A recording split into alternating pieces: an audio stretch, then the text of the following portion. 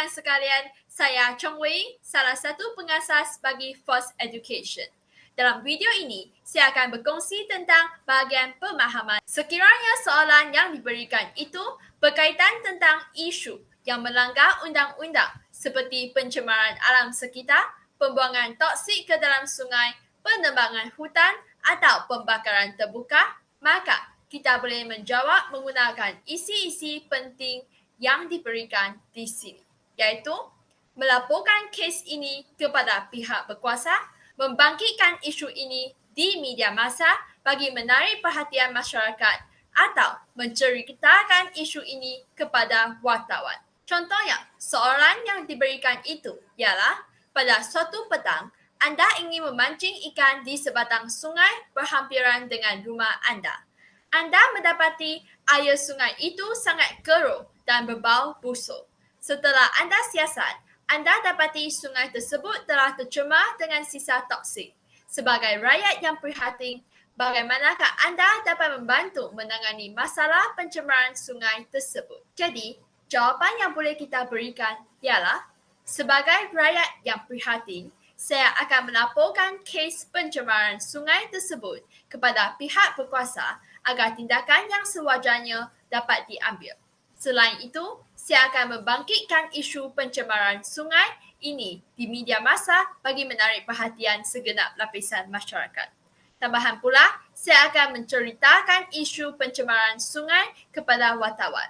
Di samping itu, saya akan mengajak para penduduk untuk membersihkan sungai. Isu yang kedua ialah isu yang mendatangkan kebaikan seperti memartabatkan bahasa Melayu, memupuk amalan membaca, memelihara alam sekitar atau mengamalkan amalan gaya hidup sihat. Jadi, isi-isi penting untuk menjawab soalan sebegini ialah pihak kerajaan mengadakan kempen kesedaran, ibu bapa menjadi suri teladan kepada anak-anak, ibu bapa menerangkan kepentingan ataupun mendidik anak-anak, pihak sekolah mengadakan pertandingan, pihak sekolah menumbuhkan kelab yang berkaitan dengan amalan baik tersebut dan media massa memaparkan poster tentang amalan tersebut.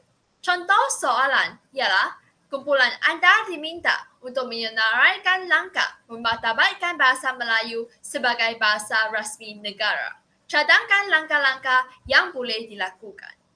Jadi, jawapan yang diberikan ialah antara langkah yang boleh dilakukan untuk memartabatkan bahasa Melayu sebagai bahasa rasmi negara ialah pihak kerajaan harus mengadakan kempen kesedaran untuk menyedarkan orang ramai tentang kepentingan memartabatkan bahasa Melayu.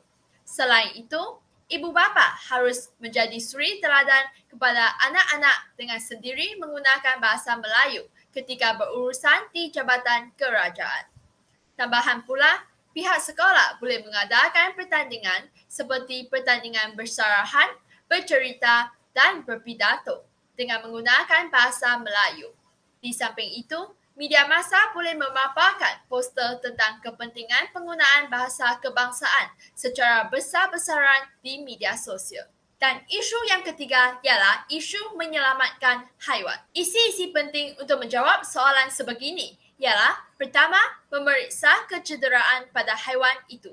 Kemudian, membersihkan luka haiwan itu. Selepas itu, memberikan haiwan itu makan dan minum. Kemudian, membawa haiwan itu ke klinik haiwan. Dan akhir sekali, anda boleh memelihara haiwan itu. Contoh soalannya ialah, pada suatu petang, anda ternampak seorang remaja lelaki sedang memukul seekor kucing yang sedang mencari makanan di tepi longkang. Setelah remaja tersebut berlalu pergi, anda menghampiri kucing tersebut dan mendapati kucing itu sudah tercedera. Sebagai rakyat yang prihatin, bagaimanakah anda dapat membantu kucing tersebut?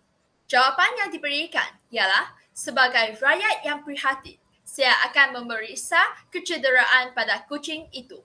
Selain itu, saya akan membersihkan luka kucing itu. Kemudian, saya akan memberikan kucing itu makan dan minum. Selepas itu, saya akan membawa kucing itu ke klinik haiwan. Ini sahaja daripada saya. Sila ikuti Facebook page, YouTube dan Telegram channel kami untuk mengetahui maklumat lanjut. Sekian, terima kasih.